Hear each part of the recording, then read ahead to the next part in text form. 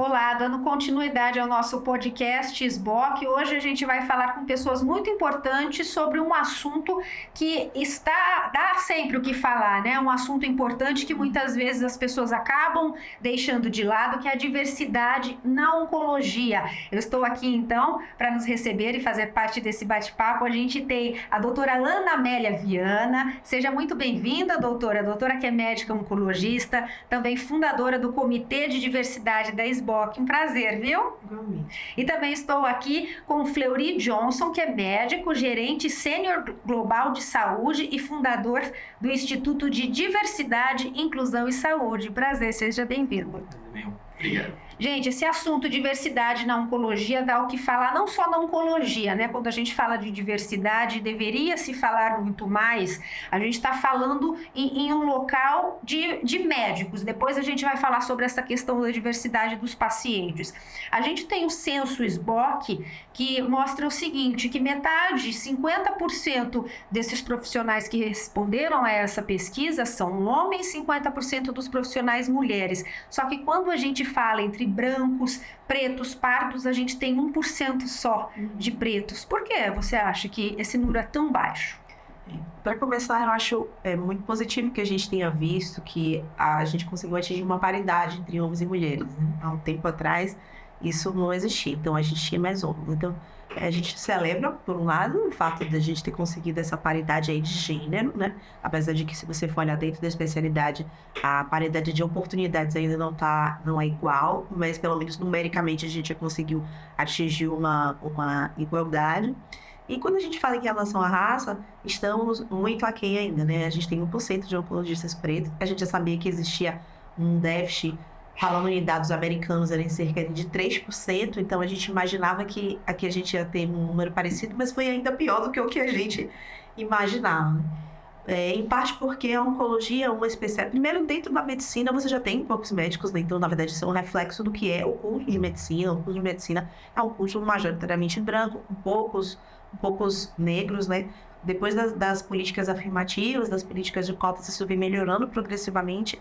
Mas quando você fala especificamente em relação à oncologia, a oncologia é uma especialidade que o tempo de formação é muito longo, né? Você termina 2 anos de clínica médica, depois você faz mais 3 anos de oncologia. Então, após o término da faculdade, você tem mais 5 anos de especialização até ser oncologista. Um caminho Muito longo. E a gente percebe que uma boa parte dos médicos negros que ingressam na universidade, eles ingressam, às vezes, por ações afirmativas, ou então com um sistema de financiamento público, tipo FIES, e quando ele termina a faculdade, existe uma urgência dele já entrar no mercado de trabalho, porque ele precisa dar um retorno ali, ou pagar o FIES, ou tem que se sustentar mesmo. Ele não tem esse background, às vezes, de família, ou aquela tradição de família, de já ter consultório, de já ter clínica. Na maioria das vezes é o primeiro médico da família. Então, ele termina a faculdade e ele tem que ingressar imediatamente no mercado de trabalho. Ele não tem 5 anos de especialidade para fazer, para depois entrar. Então, acaba que a maioria desses médicos acaba se engajando ou nos serviços de saúde da família, ou fazem residências mais curtas, como clínica, como infectologia, então vão direto para o trabalho e não tem muito tempo de se engajar em especialidades onde a formação acaba sendo muito longa. Então, existe uma tendência da gente querer, agora ainda mais com esse censo, fazer esses programas de aceleração, né, de carreira, você estimular como sociedade que esses grupos minoritários tenham alguma facilidade para poder cursar essas especialidades onde a representatividade é muito importante, mas que efetivamente eles não conseguem se engajar por uma questão, às vezes, até financeira. E você, doutor, como que você vê essa questão da diversidade na oncologia, esse número tão baixo? Então, dentro da medicina, a gente tem algumas especialidades que a gente fala que são especialidades que são reservadas mesmo para as pessoas que estão mais condições financeiras, como a doutora Ana está falando, né? Como a oncologia e a intercirurgia plástica, a dermatologia, que são especialidades concorridas, né, que requer um tempo de dedicação para estudo, porque termina a faculdade, tem que fazer todo um curso para passar primeiro na primeira residência, depois na sub, então demanda todo um tempo. Então a gente precisa de um recurso para manter a pessoa ali, para poder fazer, né, essa prova, né, e também depois passar e depois concorrer. E uma coisa também que é interessante, né, como a doutora Ana está falando, é a representatividade. até ano passado, retrasado, eu não sabia, eu nunca tinha visto um oncologista, mesmo sendo médico. Há 3, 4 anos, eu nunca tinha visto um oncologista negro ou negra. Então, isso também é muito importante, porque isso chama a atenção de outros médicos, outros estudantes de medicina, que é possível esse caminho. Né? É um caminho que às vezes a pessoa pensa assim, nossa, é um caminho muito solitário, eu vou estar ali, vou ser a única pessoa. E aí sabe que tudo isso envolve, né, microagressões, isso envolve várias outras coisas que ali demandam muita questão ali emocional da pessoa para poder estar ali. Então, às vezes a pessoa pensa assim, já estamos 3,4% de médicos pretos no Brasil. Aí vai ingressar mais um caminho muito solitário que às vezes, né, entrando em especialidades como medicina de família, é um caminho onde você encontra mais pessoas para poder trocar experiências e poder trocar... Você se sentir mais em comunidade quando você está, por exemplo, fazendo medicina de família, porque tem outros médicos pretos e aquilo ali, para você, é um acolhimento também, né? Enquanto que às vezes está num ambiente, numa especialidade onde tem poucos médicos pretos, é um caminho, às vezes, bastante solitário. É solitário, onde você não encontra, é difícil. E eu queria saber quem está do outro lado ali. A gente está falando da diversidade na oncologia com relação a esses médicos que passaram pela faculdade, que já tem um funil para os pretos, né? Já é um número baixo, e aí depois entra na parte da oncologia, ou seja, mais anos de estudos. A gente vê, então, ainda pouquíssimas pessoas. Quando a gente fala dos pacientes pretos, vocês que atendem, como que vocês veem isso? Os pacientes pretos, eles estão majoritariamente no SUS. Obviamente, aqui na saúde suplementar você tem também, né? A gente tem um país que tem uma população preta muito grande, então é impossível você não encontrar. Mesmo que no SUS, na saúde suplementar isso seja pouco. A gente tem 20% da população brasileira só que tem acesso à saúde suplementar, e dentro da saúde suplementar os pretos realmente são minoria. Então, no SUS, eles são mais numerosos, e a gente percebe que tanto para o SUS quanto para a saúde suplementar, existem iniquidades, existe uma dificuldade de acesso, né? Acesso à informação, acesso aos espaços mesmo. A gente vê, por exemplo, que os principais centros de oncologia, eles estão localizados em regiões centrais dentro das cidades, né? Primeiro, até o CETES mostrou, né? A prática da oncologia ela é muito centralizada nas cidades. Então, já o paciente que é no interior ou da periferia, ele fica marginalizado. E dentro das cidades, a oferta do serviço é sempre muito central. Então, aquele paciente que está na periferia, que tem uma dificuldade de transporte, que é o paciente negro, que a gente sabe que é o paciente negro que está aí na maioria das periferias, ele acaba tendo mais dificuldade para acessar esses espaços, para acessar o cuidado, para acessar a informação, para aderir, às vezes, a tratamentos, por exemplo, que ele tem que fazer mensalmente ou semanalmente. Então, isso, durante o tratamento oncológico, imagine você pedir a um paciente que se desloque semanalmente ao serviço para poder receber quimioterapia, né? O suporte durante o tratamento também. Então, recentemente eu tive uma paciente que estava perdendo muito peso e a gente achou que era alguma coisa relacionada com a doença, até que a gente descobriu que eu estou perdendo peso porque eu não tenho comida, não tenho como. E era uma mulher negra, numa situação assim periférica e realmente muito difícil. Então, assim, tudo isso, todos esses determinantes sociais da saúde, seja a raça, seja a pobreza, isso tudo impacta no desfecho, né, da saúde. E essa é uma das funções do nosso comitê de diversidade, é tentar alertar a comunidade médica de que para os pacientes a droga, o medicamento é apenas uma parte do cuidado. Todas essas outras questões relacionadas com a saúde, relacionada com bem-estar social e os determinantes sociais da saúde, tudo isso vai também impactar nos desfechos da oncologia, mortalidade, sobrevida, que a gente fala tanto nos trabalhos. Isso depende de muitas outras coisas além de remédio. E a gente está aqui para lembrar isso e colocar isso na mesa de discussão. E justamente para fazer isso, né, doutor, que eu queria que você me falasse, porque vocês participam, né, o doutor, por exemplo, que é fundador do DIS, que é Diversidade, Inclusão e Saúde, justamente para mostrar o que acontece, para mostrar a visão de vocês. Eu queria que você me falasse um pouquinho sobre esse instituto.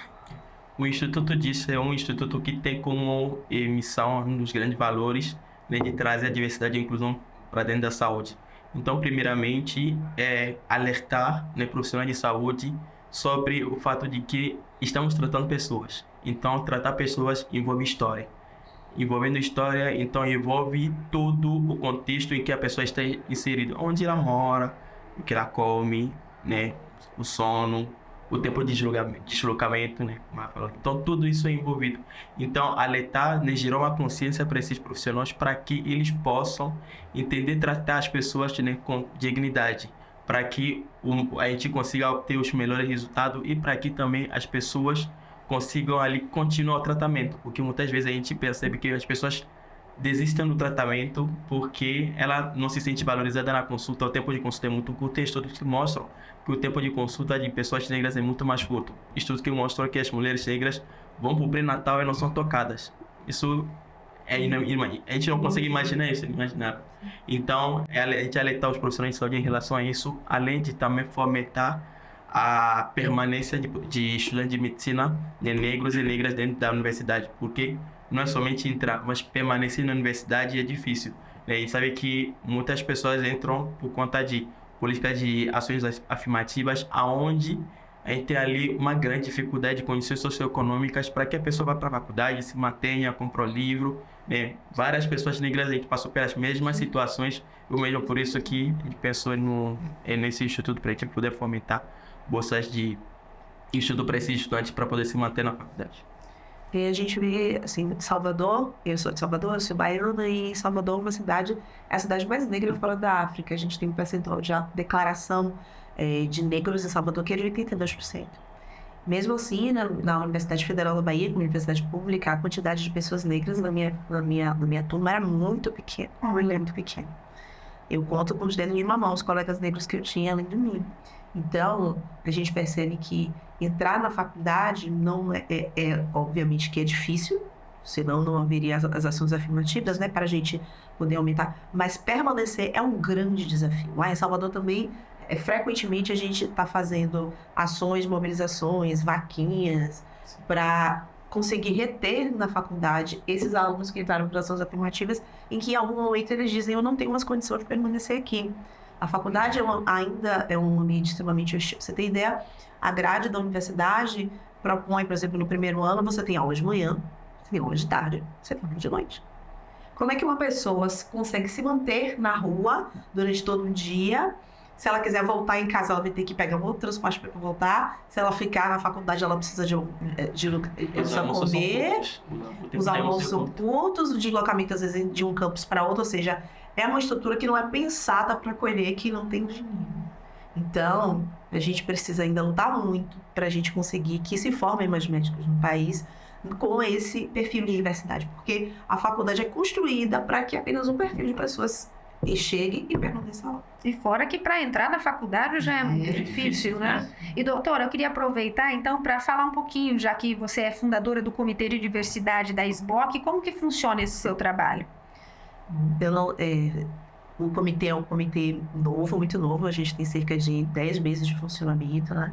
É um comitê inédito dentro de sociedades médicas aqui no Brasil. Eu não conheço nenhuma outra sociedade médica no Brasil que tenha um comitê de diversidade. Esse comitê a gente não fundei sozinha, obviamente, nós somos 5 membros, né? 5 oncologistas, 4 oncologistas e uma enfermeira oncóloga, que estão engajados em um comitê.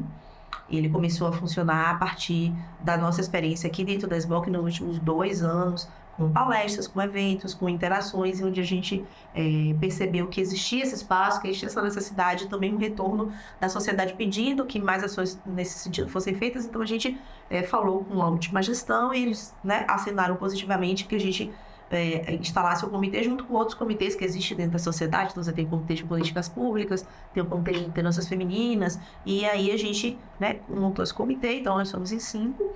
E a gente vinha ao longo do ano tentando fortalecer ações de letramento, ações educativas, né? Levando mais conteúdo a respeito de diversidade para os médicos oncologistas. A gente fez algumas ações em redes sociais, em lares, mas também aulas internas, né? Nas regionais, né? A SBOC era dividida em regionais, então a gente foi às regionais, fez algumas ações.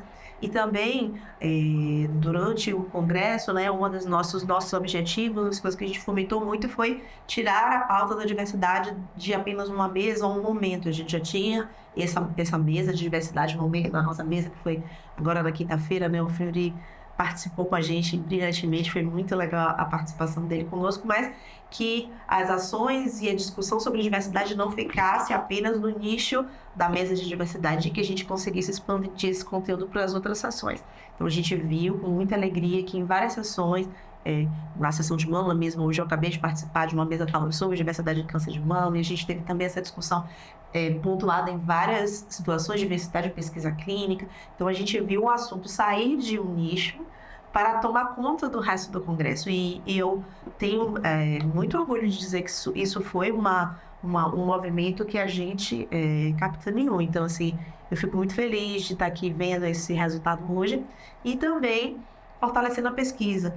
A gente fez o prêmio, o Fundo de Incentivo à Pesquisa da SBOC esse ano, né? É um recurso que a SBOC tem tentado captar e destinar para pesquisa clínica. Então, o tema do fundo desse ano foi fomentar pesquisas com diversidade. Então, os projetos ganhadores, foram 3 projetos contemplados, foram projetos que estimulavam pesquisa em diversidade.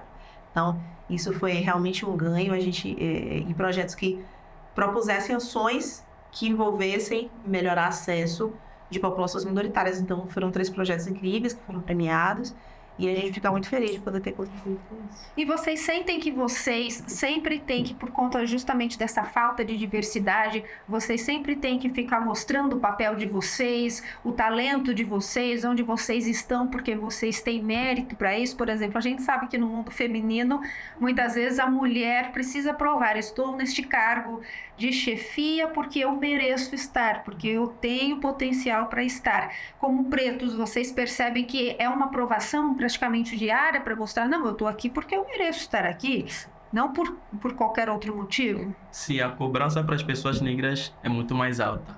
A gente fala que a régua é muito mais alta. Então, a cobranças e o julgamento ali, no que a pessoa está entregando, é muito mais alto, completamente diferente de quando é comparado com uma pessoa, né, que não é negra, uma pessoa branca, por exemplo. Então, a gente sabe que a gente tem vários viés, né, que não são explícitos. Então, que o julgamento e a cobrança passam por esses viés. Então, as pessoas negras, né, acabam sendo sujeitadas a esse olhar de, não, mesmo que a pessoa fez, mas precisa fazer mais, né? Porque esse é o mínimo que poderia fazer, mas sendo que outras pessoas, né, não é a mesma coisa. Então isso acaba com o tempo, isso acaba adoecendo as pessoas, porque a pessoa também entra nesse ciclo de ir se cobrando e tendo que se cobrar para poder cada vez fazer mais, para poder permanecer ali, né? Então, por isso, a importância de a gente trazer essas discussões para gerar consciência para as pessoas, para quando a pessoa vai fazer um certo julgamento, a pessoa deve parar: será que eu não estou passando por um viés que está fazendo com que eu estou cobrando essa pessoa mais? Será que não fosse uma pessoa negra, será que seria o mesmo julgamento? Será que seria a mesma cobrança? Então, por isso que é muito importante, né, da gente sempre trazer esses pontos para que as pessoas, né, consigam começar a perceber, né, no seu dia a dia esses pontos, e que a gente consiga algum momento gerar uma mudança. E o que eu queria saber é com relação a, por exemplo, a gente vê esse trabalho tão importante de vocês, né? Comitês, a gente vê também institutos sendo formados, tudo isso para se falar a respeito de diversidade. O que vocês esperam daqui para frente com esses trabalhos? Eu acredito muito que o censo vai ajudar a gente nesse sentido. Acho que o número que mostra, a gente fala muito do dado, né? Contra dados não argumentos. A gente fala que não existe diversidade, mas quando a gente tem um dado que mostra, isso abre uma nova porta. Então, a gente ter o censo mostrando o quanto somos subrepresentados vai ajudar a gente a propor ações nesse sentido. Então, desde essas ações de retenção de estudantes, quanto de aceleração de carreiras em oncologia, eu acho isso fundamental, porque da mesma forma que a gente percebe que as ações afirmativas nas universidades foram responsáveis pelo aumento da representatividade dos negros, não só na medicina, mas em outras áreas, né, universitárias também, eu acho que a gente incentivar, estimular, que mais médicos negros queiram e acreditem que podem ser oncologistas é fundamental. A sociedade tem esse papel. Eu acho que agora eles vão conseguir atuar mais diretamente nisso, né? Fora as ações educativas que a gente tem feito, né, em incentivo à pesquisa, eu acho que a gente está no caminho e ouvir o retorno dos meus colegas quando a gente fala nas mesas, quando a gente propõe os debates e ver como o interesse nisso está crescendo, é o que me deixa mais estimulado a perceber que a gente está conseguindo plantar uma semente e espero que a gente consiga colher os frutos disso bem, bem rápido. Você, doutor? O que eu espero é que ao longo do tempo, né, vou dizer, o resultado que a gente está esperando com isso é que algum momento a gente não precise de comitê, a gente não precise de institutos para a gente pautar diversidade e inclusão. E que seja uma cultura onde as pessoas, para fazer todas as ações, para fazer todos os planejamentos, já pensam com diversidade e inclusão. Quantas pessoas negras tem aqui dentro esse time que eu tô montando para fazer tal projeto? Quantas pessoas negras ou quantas mulheres negras tem nesse time? Quantas pessoas com deficiência tem? Quantas pessoas da comunidade LGBTQIA+ tem? Então, a pessoa já pensar em tudo isso e que isso já se torne uma cultura para que a gente não precise, né, cada vez mais pautar isso e também a gente consiga também, né, ter tempo de fazer outras coisas, né? Isso, Porque exatamente. Eu faço minhas as palavras do Fleury, assim, eu acho que é tudo que a gente mais quer. As pessoas perguntam por que que a gente... você tem que falar disso, porque você sempre está falando disso.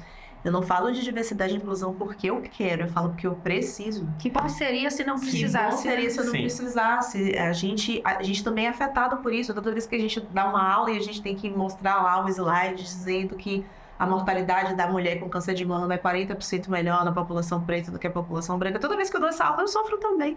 Então eu não tô dando essa aula porque eu gosto de falar disso, eu tô dando porque eu preciso. Em algum momento eu queria não precisar mais falar. Doutora, eu queria agradecer a doutora Ana Amélia Viana. Muito obrigada pela participação. Tem uma palavrinha final? Eu agradeço novamente o espaço que a SBOC está dando para a gente. Óbvio que a gente sabe que eles reconheceram que eles precisavam fazer isso, mas ainda assim foi muito importante esse aceno de que a gente era bem-vindo aqui. Eu que sou parte desse 1%, né? Hoje em dia estou me sentindo parte da sociedade e o que eu quero é que outros médicos possam se sentir assim também e que venham mais médicos, e agradeço muito a todos vocês que estão aqui. Doutor Fleury. Gostaria de agradecer o convite, agradecer a todas, agradecer a Ana e também a Abna que fizeram o convite para estar aqui.